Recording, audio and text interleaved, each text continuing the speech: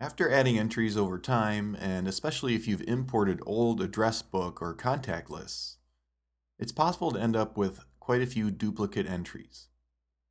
The Contacts app provides a couple ways to deal with those. One works pretty much automatically, and the other is more of a manual process. For this example, I've added two duplicates in my contacts list. First, we have a duplicate for Lucas Simpson. Notice that his entry has the exact same name. One of the entries has just his phone number and the other has more details. The other duplicate is for Matt or Matthew Smith. If I know this is the same person, I want to get rid of this duplicate. So let's try method 1 of dealing with the duplicate contacts. For this, just go up to the card menu and look for duplicates. That will scan all my contacts. In this case, it found one duplicate.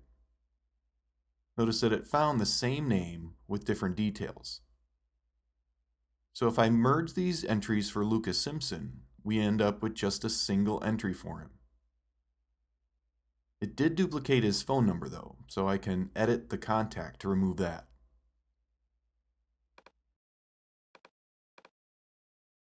The Look for Duplicates command didn't find the Matt and Matthew Smith entry because those have different names. But if I know this is the same person, I can select both these entries, then go to the card menu and merge selected cards. That will combine the two entries and their details into a single card.